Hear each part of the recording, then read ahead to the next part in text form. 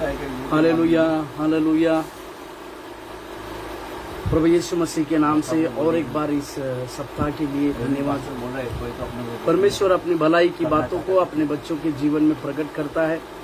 इसी के लिए पौलुस का ये लिखना कि यदि परमेश्वर हमारी ओर से है तो हमारा विरोधी कौन हो सकता है। ये बातें उन लोगों के लिए है जो परमेश्वर की बातों को अपने जीवन में थामे हुए है और परमेश्वर के लिए बड़े जोखिम भरे काम करते समय वो कभी भी अपने विश्वास में डगमगाते नहीं है। इसी के लिए जब परमेश्वर की बातें और परमेश्वर के कार्य जब हमारे साथ होते हैं तो हमें परमेश्वर किसी भी प्रकार की बातों के लिए परमेश्वर जो है वो हमारे जीवन में कार्य करने के लिए तत्पर है। इसी के लिए जैसे पौलुस ने कहा, ना स्वर्गदूत, ना गहराई, ना ऊंचाई, हमें कोई भी परमेश्वर के उस प्रेम से कभी भी अलग नहीं कर सकता है।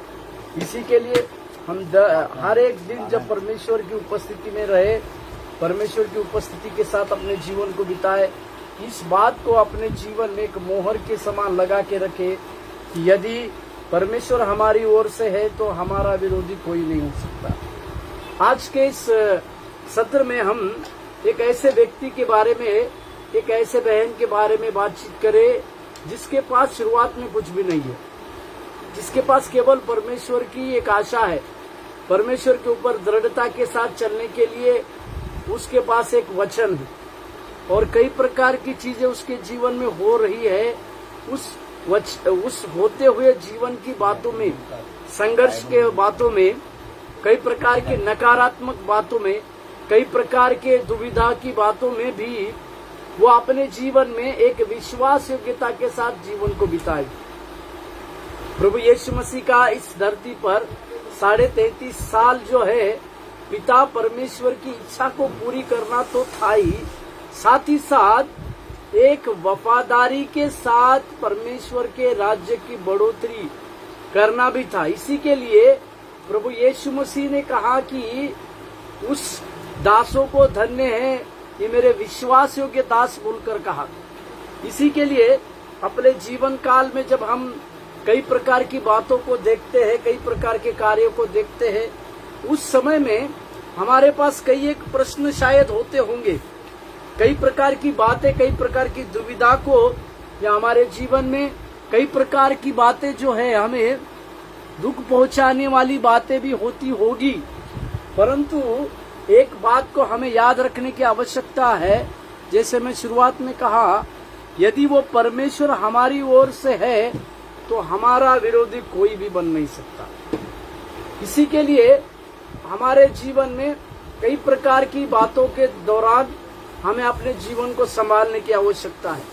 मैं आज हन्ना के विषय में आपको उसके जीवन से कुछ 3 महत्वपूर्ण बातों के विषय में चर्चा करेंगे और कुछ 3 महत्वपूर्ण बातों के विषय में आपके सम्मुख में कुछ बातों को करने के लिए हम इस विषय को लिए हैं।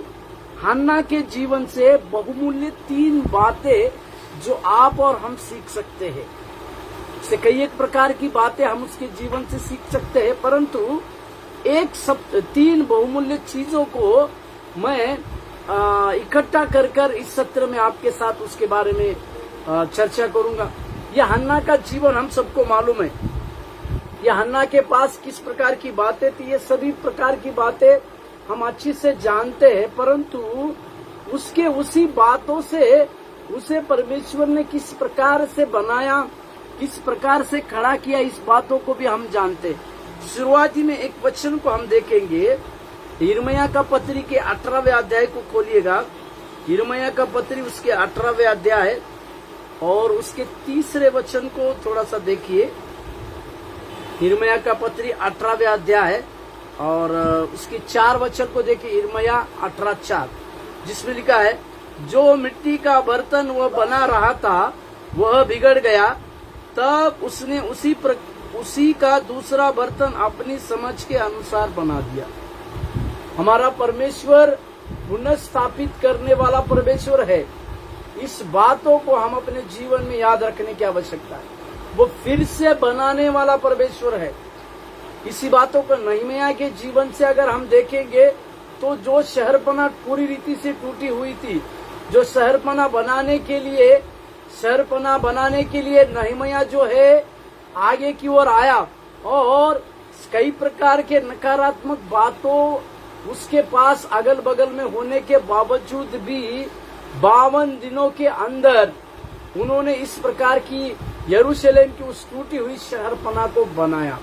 हालेलुया, प्रभु के नाम की महिमा और प्रशंसा होने। एक वातावरण जब नकारात्मक होता है, वातावरण जब संघर्षमय होता है, कई प्रकार के झूठे आरोपों के बीच में जब हम चलते हैं, तो उस समय हमारे विश्वास की परख होती है कि हम किस बुनियादी विश्वास के अनुसार अपने जीवन को जी रहे हैं। इसी बातों को जब हम याद करते हैं, इसी बातों को अपने जीवन काल में हम समझेंगे, सोचेंगे, तो परमेश्वर हमारे जीवन में बड़े कार्य करने के लिए कभी भी तत्पर रहते हैं।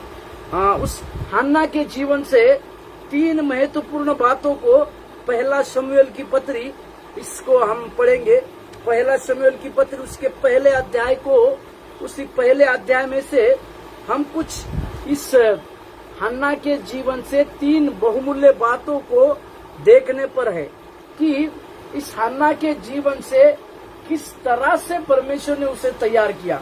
मैं इस प्रकार से कह रहा हूं कि हन्ना को परमेश्वर ने किस प्रकार से अपने लिए तैयार किया, ये बात हमारे लिए जरूरी है।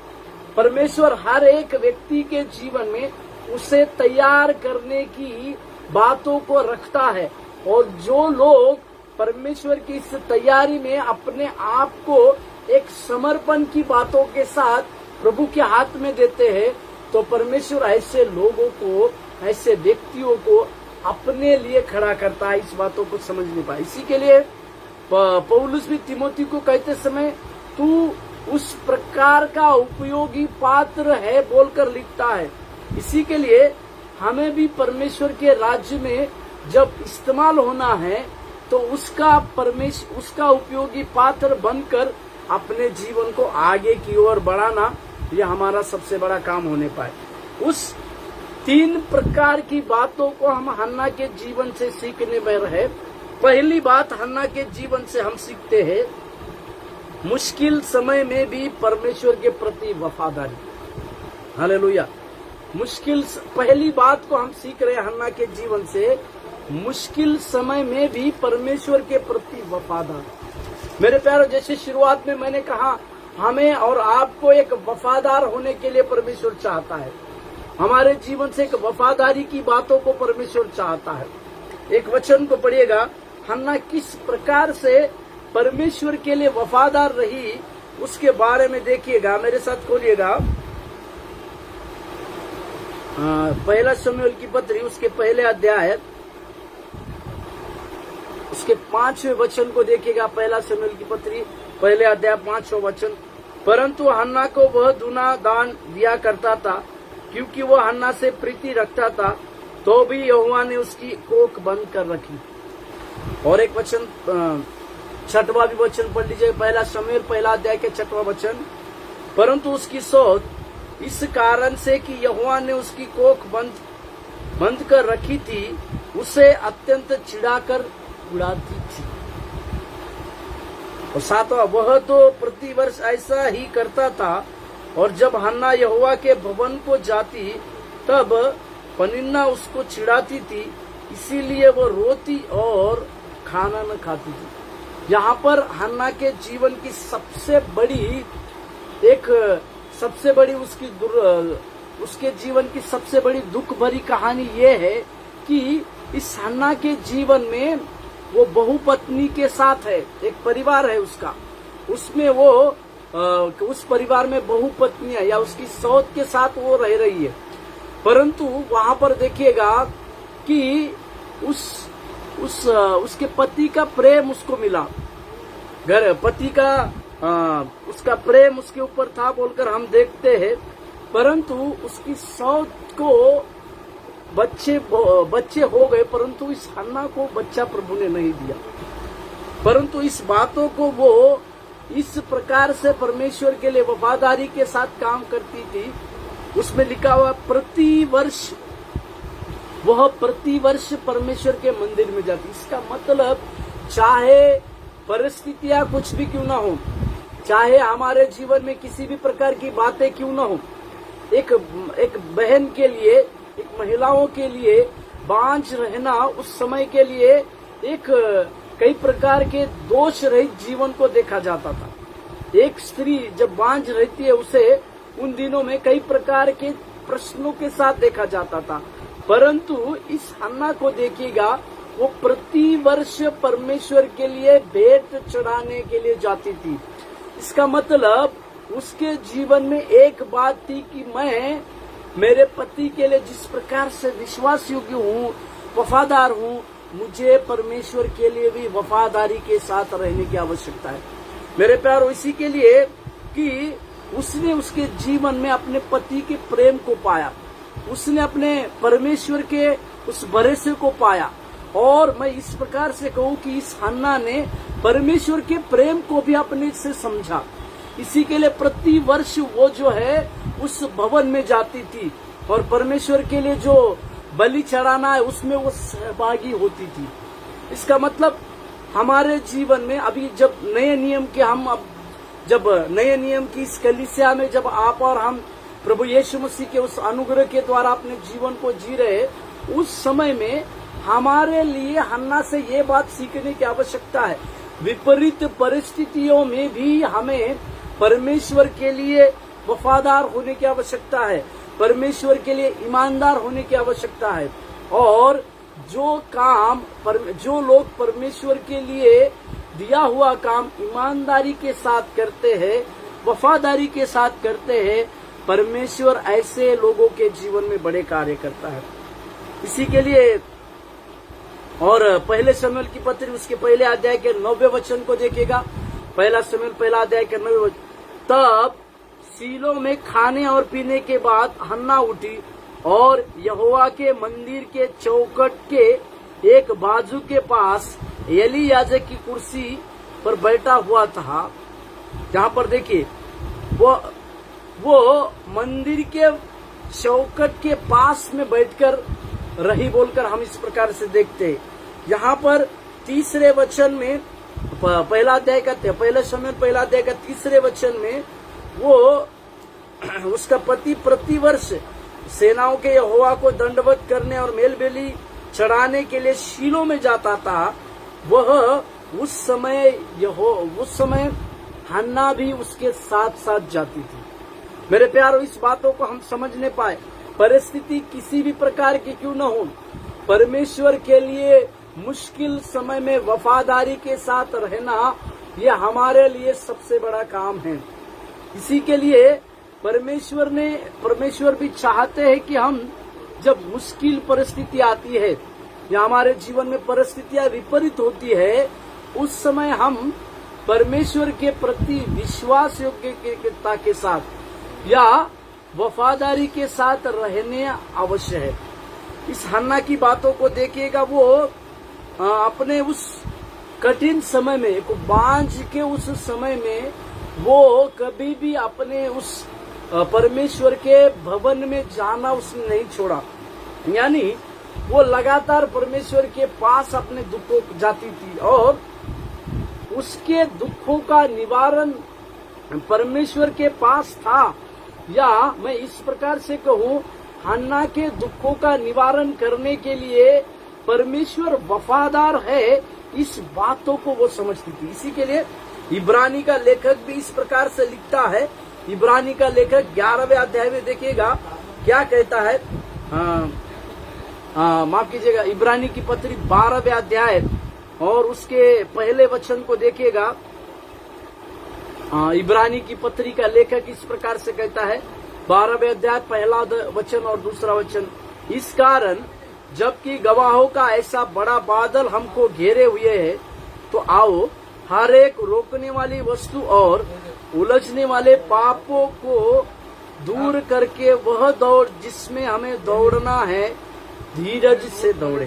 दूसरा, और विश्वास के कर्ता और सिद्ध करने वाले यीशु की ओर ताकते रहे, जिसने उस आनंद के लिए जो उसके आगे धरा था, लज्जा की कुछ चिंता ना करके क्रूस का दुख सहा और परमेश्वर के सिंहासन की दाहिनी ओर जा बैठा। हालेलुया। यहाँ पर विश्वास का कर्ता इब्रानी का लेखक पहले वचन में किस प्रकार से हमें दौड़ना है उसके बारे में कहता है। जो चीजें हमें रोकती है उलझने वाले पापों से दूर होकर हमें किस प्रकार से दौड़ना है, इस बातों का वर्णन करने के बाद दूसरे वचन में लिखता है कि विश्वास के साथ हमें और धीरज में उसे दौड़ने की आवश्यकता है। मेरे प्यारो, हमारा विश्वास कब परखा जाता है? हमारा विश्वास कब परखा जाता है? तो जब हम मुश्किल समय में होते हैं, उस कठिनाइयों में होते हैं, तो हमारे उस विश्वास को परखा जाता है कि हम परमेश्वर के लिए कितने वफादार होते हैं। और उस वफादारी के साथ परमेश्वर हमें देखता है। परमेश्वर के बहुत बड़े प्रेरित पौलुस के जीवन में भी हम इस बातों को देखते हैं कि कई कलीसियाओं का निर्माण उन्होंने किया, परंतु उनके पेट के अंदर एक प्रकार की बीमारी को उन्होंने पाया। और इसी के लिए वो इस प्रकार से कहते हैं कि इस बात के लिए मैंने परमेश्वर से दिन में 3 बार प्रार्थना करता हूं। परंतु परमेश्वर ने उनको इस बात को कहा। दूसरी कुरिन्थियों की पत्री उसके 11वें अध्याय के 9वें वचन को देखिएगा। दूसरे कुरिन्थियों की पत्री, वहां पर परमेश्वर ने उनसे इस प्रकार से कहा कि मेरा अनुग्रह तेरे लिए काफी है। इस प्रकार से जब परमेश्वर से उस बड़े प्रेरित पौलुस ने इस प्रकार से उत्तर को लिया, तो वो अपने उस जीवन काल की बातों को और आगे की ओर चलता गया। इसे हमें देखने की आवश्यकता है और समझने की आवश्यकता है। इस प्रेरित पौलुस को परमेश्वर ने कहा कि मेरा अनुग्रह तेरे लिए पर्याप्त है या काफी है। इसी प्रकार से जब हम मसीह जीवन को जीते समय कई प्रकार के मुश्किलों का सामना करते हैं, कई प्रकार के मुश्किल समय हमारे जीवन में आते हैं, उस समय हमें अवश्य है कि परमेश्वर के प्रति वफादारी के साथ रहे। जैसा ये हन्ना रहती थी, उसके जीवन की बातों को देखिएगा।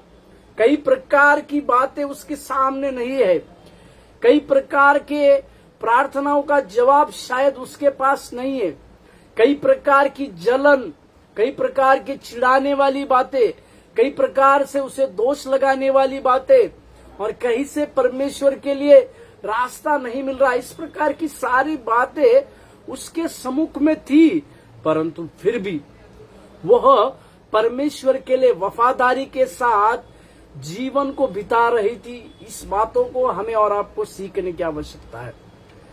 जब प्रेरितों ने परमेश्वर को कहा कि हमारे विश्वास को बढ़ाइए, तो परमेश्वर प्रभु यीशु मसीह ने उन्हें इस प्रकार की प्रार्थना के साथ कुछ प्रार्थना करना सिखाया और कुछ बातों में उनको आगे की शिक्षा को दी। प्रभु यीशु मसीह अपने शिष्यों से यही चाहते थे कि जो काम यीशु मसीह करते और सिखाते थे, इससे बढ़कर उनके चेले करने पाए, क्योंकि इस प्रकार की विश्वास की बड़ी बुनियादी बातें इनके अंदर होने की आवश्यकता थी। इसे हमें समझने की जरूरी है।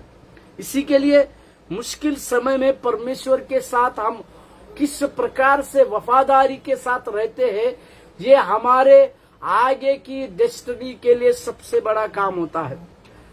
उस उत्पत्ति के यूसुफ के जीवन को देखिएगा, उसके बारे में पवित्र शास्त्र इस प्रकार से बतलाती है।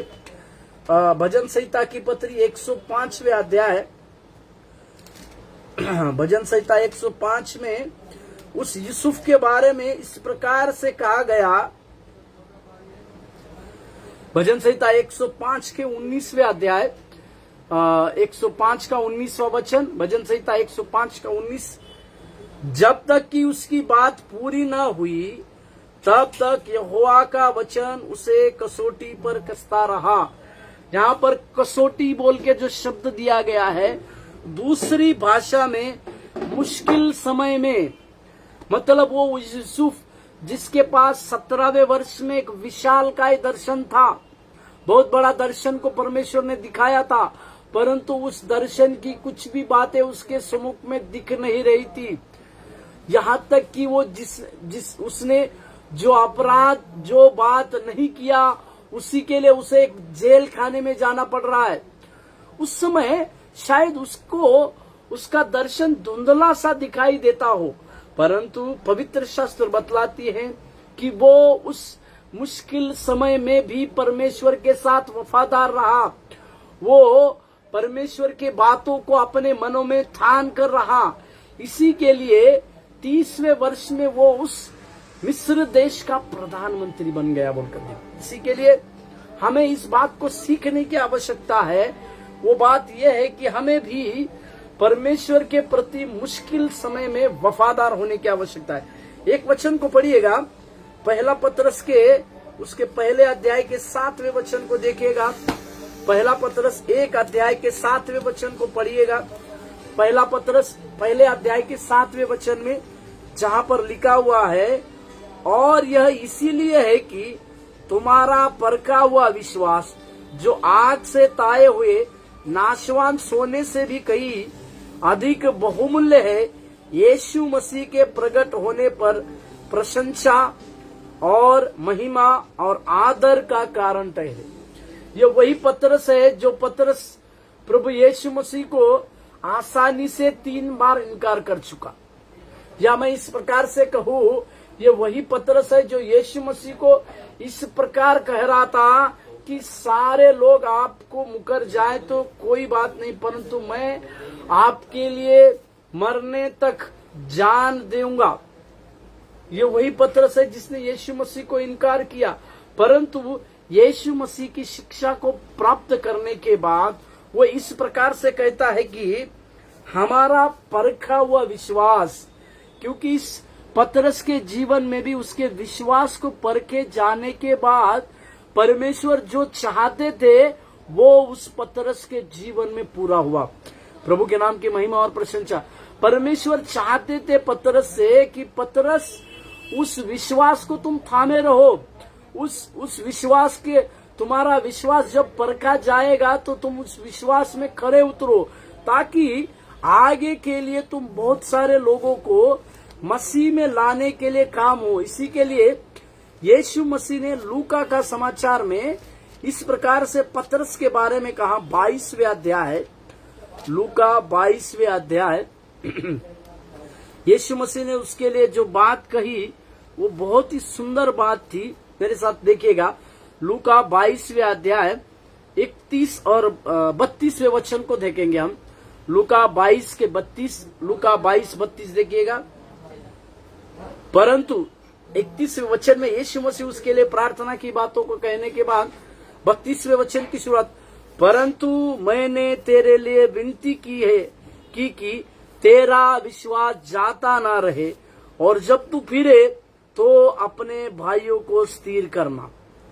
यीशु मसीह की इस पतरस के लिए इसी प्रकार की योजना थी कि अवश्य है कि पतरस को फिरना है। अवश्य यह है कि इस पतरस को उस पतरस को उसके विश्वास में स्थिर होना है। किस लिए स्थिर होना है? जब ये पतरस उसके विश्वास, परखे जाने के उस विश्वास के ऊपर स्थिर रहेगा, तभी वो अपने भाइयों को फिर से लौटाएगा। मेरे प्यारो, इसी के लिए इस पतरस के जीवन में भी कई प्रकार की निराशा की, कई प्रकार के मुश्किल समय आया, परंतु वो परमेश्वर के लिए अपना जीवन काल में वफादार रहा। इसी के लिए पेंटिकोस्टल के दिन उन सारे यहूदियों के बीच में खड़ा होकर जीवित यीशु मसीह की गवाही देने के लिए खड़ा हुआ, और उसी एक दिन के प्रवचन में 3000 लोगों ने परमेश्वर को स्वीकार किया, अपने जीवन में प्रभु को ग्रहण किया।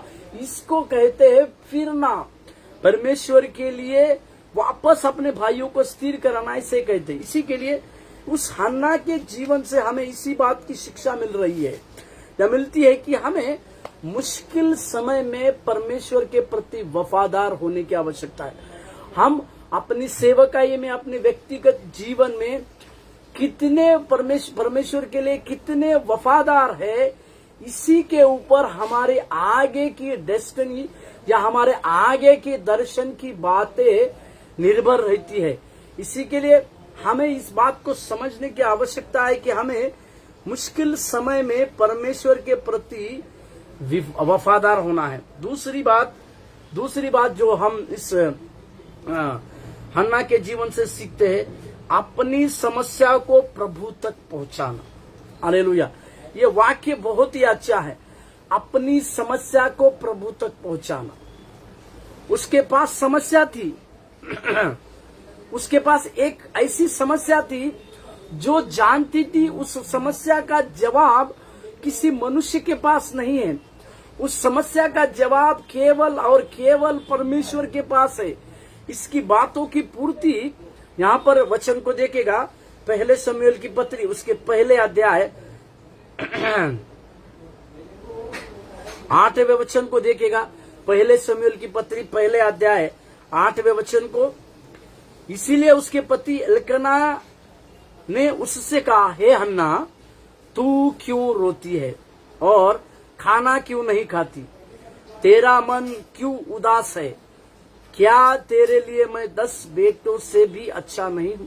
Hallelujah, hallelujah. यहां पर देखिएगा, हन्ना इस बात को समझती थी कि उसने अपने पति के प्रेम को पाया, परंतु उसकी समस्या का समाधान केवल और केवल परमेश्वर के पास था। इसी के लिए पवित्र शास्त्र की उस बातों को पढ़िएगा। पहला शमूएल की पत्री 1 अध्याय के 5वें वचन को देखिए। 1 अध्याय 5वां वचन। परंतु हन्ना को वह दूना दान दिया करता था, क्योंकि वह हन्ना से प्रीति रखता था, तो भी यहोवा ने उसकी कोख बंद कर रखी थी।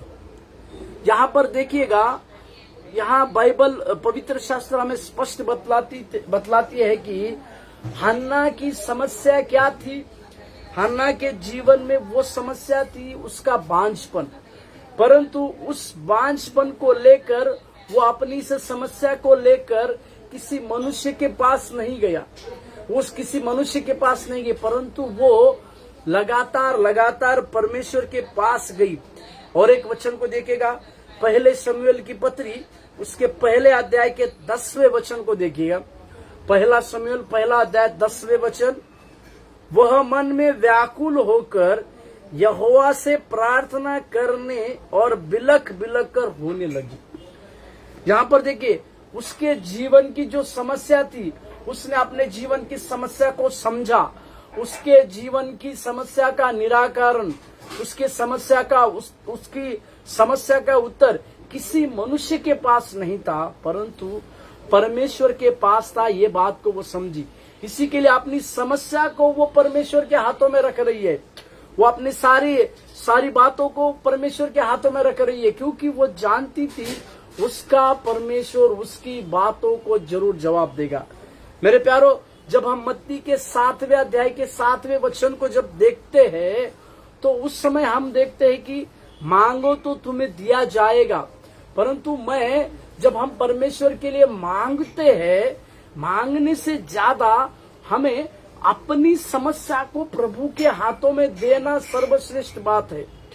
क्या हम अपने जीवन में अपनी उन समस्याओं का जिनका जवाब किसी मनुष्य के पास नहीं है, क्या ऐसी समस्याओं को हम आज प्रभु के पास ला रहे हैं? इस बातों को हमें समझने की आवश्यकता है, क्योंकि इस बड़ी शिक्षा को हम हन्ना के जीवन से देख रहे हैं। क्योंकि हन्ना को पता था उसकी समस्या का निराकरण, उसकी समस्या का सुझाव एक दिन परमेश्वर अवश्य और जरूर देगा, परंतु हमारी समस्या वहां पर जाने की आवश्यकता है। परमेश्वर के पास उस समस्या को जाने की आवश्यकता है। इसी के लिए और एक वचन, पहले शमूएल की पत्री उसके पहले अध्याय के 12वें वचन। जब वह यहोवा के सामने ऐसी प्रार्थना कर रही थी, देखिए, यहोवा परमेश्वर के सम्मुख में वो इसी प्रकार से प्रार्थना कर रही है। इसी प्रकार से लगातार परमेश्वर को खोज रही है। अपनी समस्या को परमेश्वर के पास पहुंचा रही है। मेरे प्यारो, उस विधवा की बातों को हमें याद करने की आवश्यकता है, जो दूसरा राजा का किताब में 4 अध्याय में देखते हैं। उसके जीवन में भी एक प्रकार की बड़ी समस्या थी। दूसरा राजा का पत्री उसके 4 अध्याय में, जहां पर हम इस प्रकार की बातों को देखते हैं। दूसरा राजा का पत्री 4 अध्याय के पहले वचन को देखे। भविष्यवक्ताओं के चेलों की पत्नियों में से एक स्त्री ने एलिशा की दोहाई देकर कहा, तेरा दास मेरा पति मर गया और तू जानता है कि वह यहोवा का भय मानने वाला था, पर जिसका वह कर्जदार था वह आया है कि मेरे दोनों पुत्रों को अपने दास बनाने के लिए ले जाए।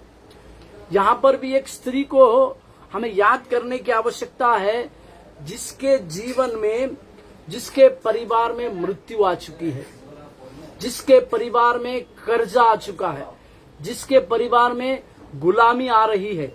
परंतु इतना सब होने के बावजूद भी वो जो परमेश्वर का जो सेवक था, उसी की दोहाई देने के लिए वो पीछे नहीं हटी। प्रभु के नाम की महिमा और प्रशंसा होने पर ये बात हमें क्या सिखाती है? हमारी समस्या हमें प्रभु के पास लाना है। हमारे जीवन की हर समस्या का जवाब परमेश्वर के पास है।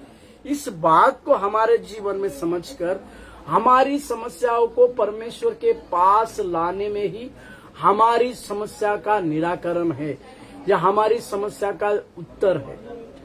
इस विधवा ने अपने जीवन में उसके पति से एक बात को सीखा, वो ये थी कि परमेश्वर के प्रति और परमेश्वर के सेवक के प्रति वफादार रहेंगे तो अपनी समस्या को छुटकारे की ओर पाएंगी। इसी के लिए वो वचन में इस प्रकार से उसने एलिशा की ही दुहाई दी। और एक स्त्री को अगर नए नियम में अगर हम देखते हैं, लूका का किताब उसके 19वें अध्याय में, वहां पर यीशु मसीह ने एक स्त्री का उदाहरण देते हुए कुछ बातों को कहा। लूका 19वें अध्याय उसके 2 वचन में, किसी नगर में एक न्यायी रहता था जो न परमेश्वर से डरता था और न किसी मनुष्य की परवाह करता था। उस नगर में एक विधवा रहती थी जो उसके पास आकर कहती थी, मेरा न्याय चुकाकर मुझे मुद्दई से बता। यहाँ पर भी एक विधवा है। उस विधवा के जरूर यीशु मसीह ने इस कहानी को लगातार प्रार्थना करने के विषय में कहा, परंतु मैं इस प्रकार से कहना चाह रहा हूं, इस विधवा को ये पता था कि जो न्यायी है वो परमेश्वर से ही डरता नहीं और किसी मनुष्य की भी वो परवाह नहीं करता है, परंतु फिर भी वो उसके पास, मतलब उस न्यायी के पास इसके लिए गई कि मेरा न्याय चुका और मुझे मुद्दई से बचा।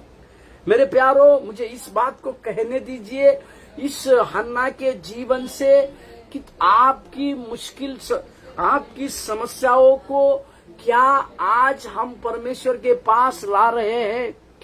तो इसी के लिए भजन संहिता का पत्री में एक वचनों को, भजन संहिता 91 के 15वें वचन की ओर अगर आप ध्यान दें, भजन संहिता 91 अध्याय के 15वें वचन में, जहां पर इस प्रकार से लिखा हुआ है, जब वह मुझे पुकारे तब मैं उसकी सुनूंगा, संकट में मैं उसके संग रहूंगा, मैं उसको बचाकर उसकी महिमा बढ़ाऊंगा।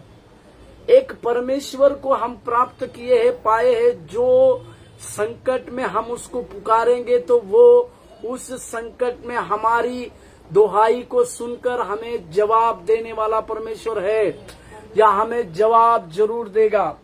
इसी के लिए हमारी समस्याओं को उस परमेश्वर के पास पहुंचाना हमारे लिए जरूरी है।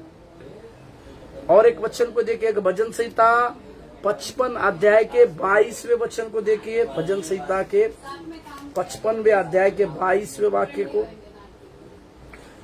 यहाँ पर इस प्रकार से लिखा हुआ है, अपना बोझ यहोवा पर डाल दे, वह तुझे संभालेगा। वह धर्मी को कभी टलने न देगा।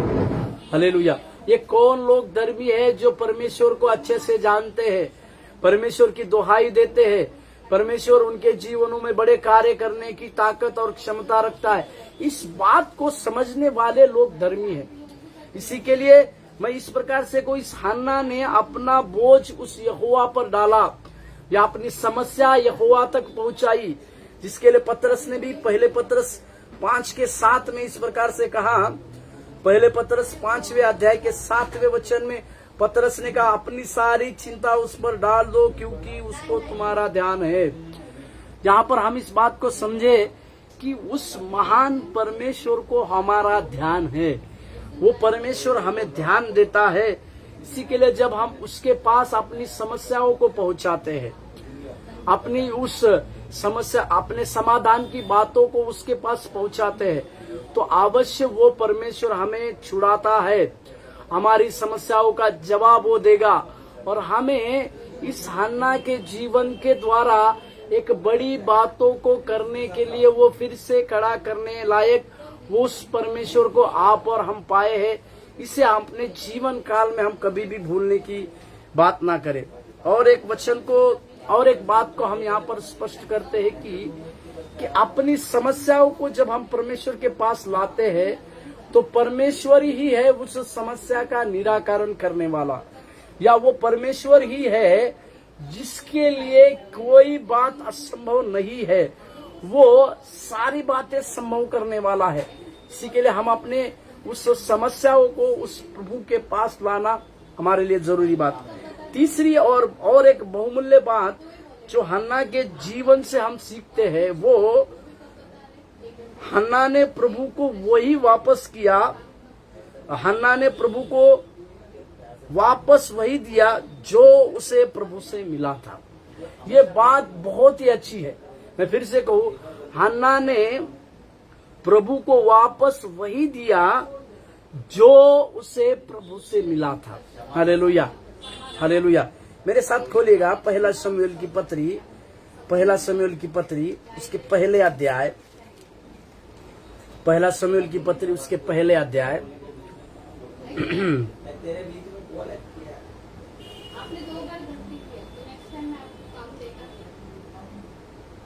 पहला शमूएल की पत्री उसके पहले अध्याय 11वें वचन को देखिएगा। पहला शमूएल की पत्री पहले अध्याय 11 वचन, पहला शमूएल पहला अध्याय 11 वचन।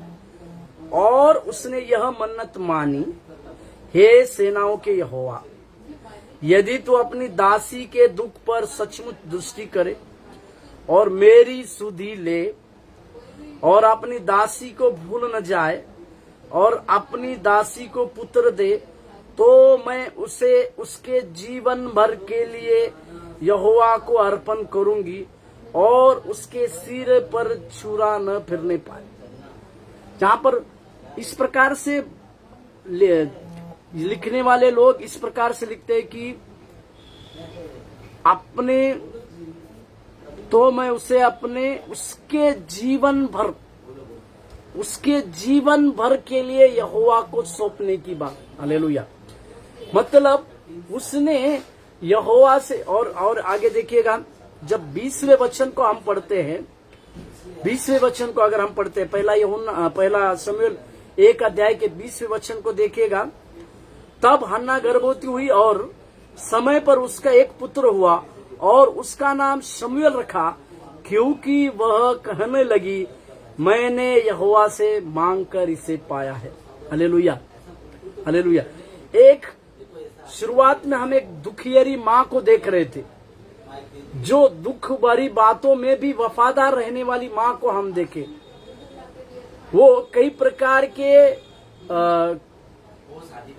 उसके जीवन में कई प्रकार के प्रश्न, कई प्रकार के उसको चिढ़ाने लायक बातें थी।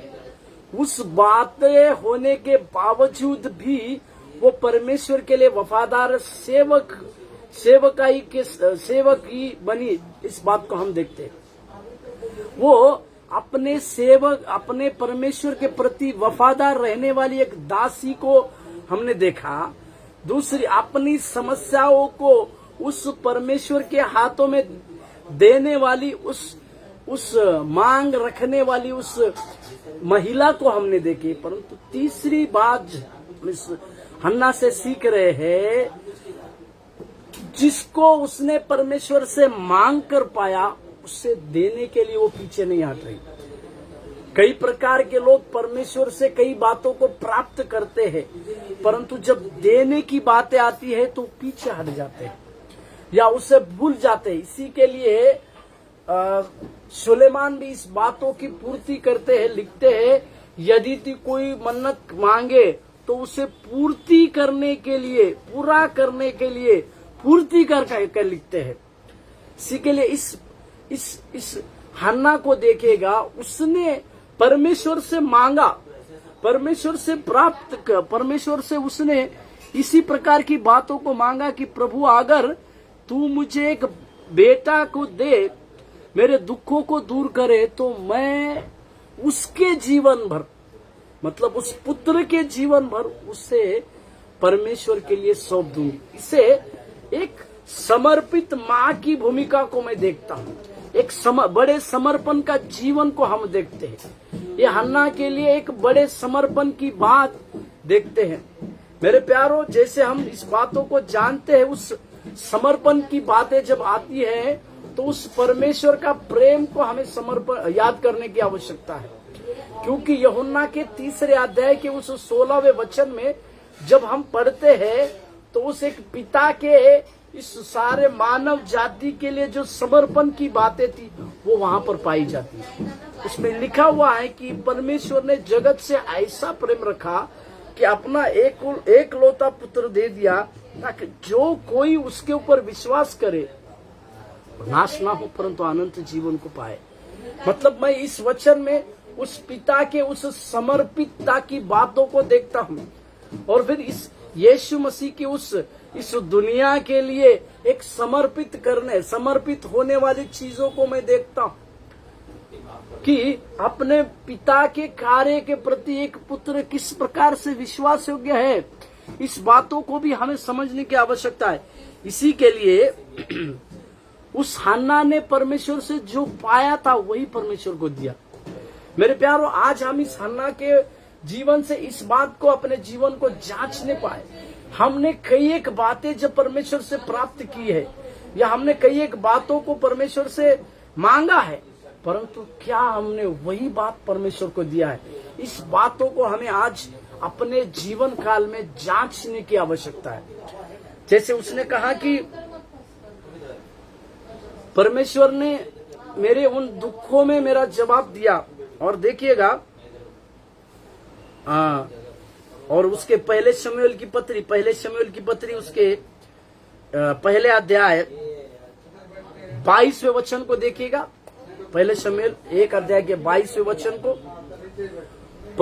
21 और 21 वचन से पढ़ेंगे तो पता चलेगा। फिर एल्काना अपने पूरे घराने समेत यहोवा के सामने प्रतिवर्ष को मेल बलि चढ़ाने अपनी मन्नत पूरी करने के लिए गया। यहाँ पर देखिएगा, वो एल्काना भी अपनी मन्नत को वो खुश हो गया। वो शायद बहुत ज्यादा खुशी के साथ वो इतने साल के बाद परमेश्वर ने प्रार्थना का जवाब दिया, उसको एक पुत्र दिया।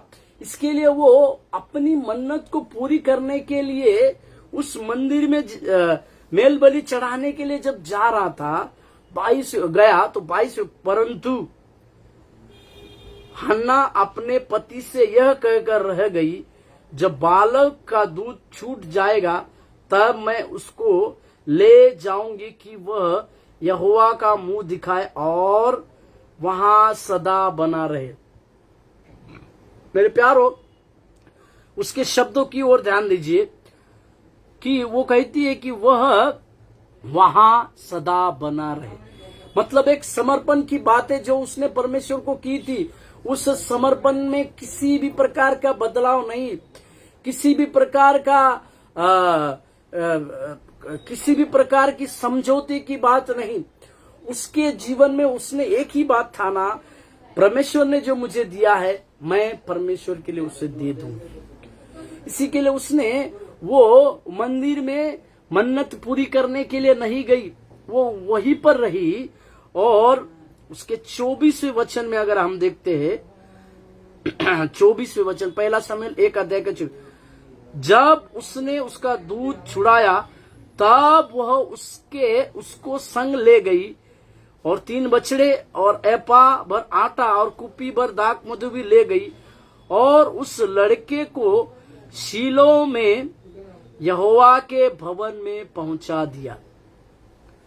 उस समय वो लड़का ही था। ये वाक्य अगर आप देखते हैं, यहोवा के भवन में पहुंचा दिया, मतलब उसने इस प्रकार की जो मन्नत मांगी थी, यहोवा मुझे अगर मेरे दुखों को दूर करे तो मैं उसे परमेश्वर की सेवा के लिए दे दूंगी। मेरे प्यारो, एक समर्पित माँ की भूमिका यहाँ पर मैं आपको दिखाना चाहता हूँ। एक जीवन काल में पूरी रीति से परमेश्वर के लिए समर्पण की बातें, कुछ भी चीजें हो, किसी प्रकार का समझौता नहीं। जैसे लिखा हुआ है, वो लड़का ही था। कई लोग इस प्रकार से कहते हैं उसकी उम्र 7 या 8 साल की रही होगी उस शमूएल की। उस समय इस माँ ने उसे वहां पर छोड़ दिया, उस शीलो में, जहां पर वो अपनी समस्या को परमेश्वर के पास लेकर गई थी, जहां पर उसने परमेश्वर से मन्नत मांगी थी, जहां पर उसके दुखों का निवारण करने के लिए उसने परमेश्वर यहोवा की दोहाई को दिया था। वही शीलो में इसी हन्ना ने अपने जीवन काल की बातों को उसी परमेश्वर के पास दिया, जिसको परमेश्वर के जो परमेश्वर ने उसको दिया, उसी को उसने परमेश्वर को लौटाया। मेरे प्यारो, एक समर्पित जीवन जीने के लिए यदि एक समर्पित माँ की भूमिका को अगर हमें देखना है तो हमारे लिए सबसे बड़ा उदाहरण हन्ना है कि हम भी जब परमेश्वर से कुछ प्राप्त करते हैं तो क्या वो परमेश्वर को पूरी रीति से देते हैं, इस विषय को हमें समझने की आवश्यकता है। मेरे साथ एक वचन को पढ़िएगा, पहले कुरिन्थियों की पत्री 4:7 वचन। पहले कुरिन्थियों की पत्री 4:7 वचन। पहले कुरिन्थियों की पत्री 4:7 वचन। परंतु हमारे पास वह धन मिट्टी के बर्तनों में रखा है कि वह असीम सामर्थ हमारी ओर से नहीं वरन परमेश्वर की ही ओर से ठहरे। यहाँ पर पौलुस मिट्टी के पात्रों के बारे में या परमेश्वर के लिए उपयोगी पात्रों के बारे में जब जिक्र करता है, वो इस प्रकार से कहता है, हमारे पास मिट्टी के बर्तनों में रखने वाला धन नहीं है परंतु परमेश्वर की सामर्थ है। वो परमेश्वर जो हमारी हर बातों के लिए जवाब देने वाला है, वो परमेश्वर जो हमारे जीवन में बड़े सामर्थ की बातों को दिया है, वो ही सामर्थ की बातें परमेश्वर ने हमें दिया है, जिसे पौलुस कहते हैं। मेरे प्यारों, मुझे इस बात को कहने दीजिए, यही असीम सामर्थ जो है हमारे जीवन को बदलने के लिए पर्याप्त है। प्रभु के पवित्र नाम की महिमा और प्रशंसा होने पाए। और एक वचन को पढ़ेगा, इफिसियों का पत्री 3 अध्याय के 20वें वचन। इफिसियों के पत्री उसके 3 अध्याय के 20वें वचन को, इफिसियों का पत्री 3 अध्याय के 20वें वचन, जहां पर लिखा हुआ है, आप जो ऐसा सामर्थ्य है कि हमारी विनती और समझ से कहीं अधिक काम कर सकता है, उस सामर्थ के अनुसार जो हम में कार्य करता है। यहाँ पर पौलुस कहता है कि हमारे अंदर हमारी विनती से अधिक कार्य करने वाला एक सामर्थ्य है, वो है प्रभु यीशु मसीह। इसी के लिए उसके ऊपर विश्वास रखने वाला व्यक्ति ना केवल लज्जित नहीं होगा परंतु वो परमेश्वर के लिए, परमेश्वर के कार्य के लिए खड़ा रहेगा। इस बातों को हमें समझने पाए। मेरे प्यारों, क्या हम वो परमेश्वर का उस धन को अपने जीवन में पाए हैं? हमारे लिए परमेश्वर की उस सामर्थ्य से बढ़कर और कोई धन नहीं। इसी के लिए हम अपने जीवन में जो परमेश्वर से प्राप्त किए हैं वो परमेश्वर को देने के लिए हिचकिचाने की आवश्यकता नहीं, क्योंकि परमेश्वर वही है जो हमारे उस दुख भरे जीवन को बदलकर सुख में लाया है। इसके लिए आप और मेरे जीवन में इस बातों को समझने की आवश्यकता है। और जो लोग परमेश्वर के लिए जो बातों देते हैं संपूर्ण समर्पणता के साथ, उनके जीवन में परमेश्वर बड़ी आशीष देता है। इस हन्ना के जीवन से परमेश्वर ने उसे किस प्रकार की आशीष दी, तो बाइबल बतलाती है कि प्रभु ने उसे आशीष दिया। क्या आशीष दिया? उसे 3 बेटे और 2 बेटियां हुई। हालेलुया। जो एक पुत्र के लिए परमेश्वर से लगातार प्रार्थना करती थी, जब परमेश्वर ने उसे एक पुत्र दिया और उसने वफादारी के साथ, समर्पणता के साथ उस पुत्र को परमेश्वर के भवन में छोड़ दिया, इस बातों को मैं इस प्रकार से कहता हूं, परमेश्वर ने उसकी भेंट को ग्रहण किया, परमेश्वर ने उसकी समर्पित सेवा को देखा और उसे 3 और बेटे को दिया और 2 बेटियां। इसे कहते हैं परमेश्वर के द्वारा आशीष की बातों को प्राप्त करना। अय्यूब के जीवन में भी अगर हम देखते हैं तो उसके जीवन की कई समस्या में होने के बावजूद, उसके जीवन में कई प्रकार की सब चीजें चली जाने के बावजूद, एक फोड़ा आने वाली बीमारी उसके अंदर होने के बावजूद, वो अय्यूब की पत्री उसके 42वें अध्याय को अगर हम देखते हैं तो वहां एक सुंदर बात को लिखी हुई है, जो अय्यूब अपने जीवन में सब कुछ खो दिया, उसने सब कुछ अपने जीवन में खोया, सारी चीजें उसके जीवन से खत्म हो गई, यहाँ तक कि बीमारी उसके ऊपर आई, उसके ऊपर भेजी गई, परंतु उसने परमेश्वर के नाम की निंदा नहीं की बोलकर लिखते हैं। और इसी अय्यूब के बारे में पवित्र शास्त्र एक प्रकार की गवाही को देती है। 42वें अध्याय, अय्यूब की पत्री 42वें अध्याय के 10वें वचन में, जब अय्यूब ने अपने मित्रों के लिए प्रार्थना की, तब यहोवा ने उसका सारा दुख दूर किया और जितना अय्यूब के पास पहले था उसका दुगुना यहोवा ने उसे दिया। हालेलुया। मैं यहाँ पर यह कहना चाहता हूँ, यहोवा ने उसी अय्यूब को जिसका सब कुछ चला गया था उसे दुगुना वापस दे दिया। यानी हमारा परमेश्वर हमें जरूर दुगनी आशीष देगा, हमारा परमेश्वर हमें दुगने आशीष का वारिस बनाएगा, परंतु वो इस बात को जरूर हमारे लिए देखेगा, जो चीज हमने परमेश्वर से प्राप्त की है इस हन्ना के समान, क्या उसी चीज को हम परमेश्वर के लिए अर्पित किए हैं? इसके लिए इस 3 बहुमूल्य बातों को हम अपने जीवन में, अपने सेवकाई में, अपने व्यक्तिगत जीवन में जब लागू करें इस हन्ना की तरह, तो अवश्य है हम जहां कुछ नहीं रहेंगे उससे परमेश्वर हमें बहुत कुछ बनाएगा। हालेलुया। जो छोटे से छोटे में विश्वास योग्य रहते हैं, प्रभु उनको निश्चित रूप से बड़े में विश्वास योग्यता के लाएगा। और इसी 3 बातों को कह के मैं अंत करूंगा कि 3 बातों को हमने जो सीखा हन्ना के जीवन से, वो पहली बात थी, मुश्किल समय में भी परमेश्वर के प्रति वफादार रहना। मेरे प्यारो, हमारी सेवकाई में सबसे बड़ी बात यही होनी चाहिए कि कुछ भी हो, चाहे, इसी के लिए पौलुस ने भी लिखा, चाहे कुछ भी हो, परमेश्वर के लिए वफादार रहना ही हमारे लिए सबसे बड़ा बात होना चाहिए, ताकि जब हमारा विश्वास परखे जाए तो हम उस परखे गए विश्वास में विश्वास योग्य रहे, वफादार रहे। दूसरी चीज हम यहाँ पर देखते हैं हन्ना के जीवन से, अपनी समस्याओं को प्रभु तक पहुंचाना। कई एक मसीह लोग अपनी समस्याओं को प्रभु तक पहुंचाने में असमर्थ होते हैं, क्योंकि वो उस जगह तक पहुंचते पहुंचते अपना हियाव छोड़ देते हैं और उस चीज की बातों को भूल जाते हैं। परंतु हम आज फिर से याद करने पाए, जिस परमेश्वर ने अपने शब्द के द्वारा सृष्टि को बनाया है, उस परमेश्वर को आपका ध्यान है, उस परमेश्वर को आपकी चिंता है, वो परमेश्वर आपके जीवन में बड़े कार्य करने के लिए सदैव सामर्थ्य है। तीसरी बात, हन्ना ने प्रभु से जो पाया उसी को प्रभु को दे दिया। हालेलुया। हमारे भी जीवन में इस बात को समझने पाए और परमेश्वर हमारे भी जीवन में ऐसे कई प्रकार के प्रकाशन की बातों को देकर हमें अगुवाई करें। आइए प्रार्थना करें। स्वर्गीय प्रभु यीशु धन्यवाद देते हैं, तेरी महिमा करते हैं।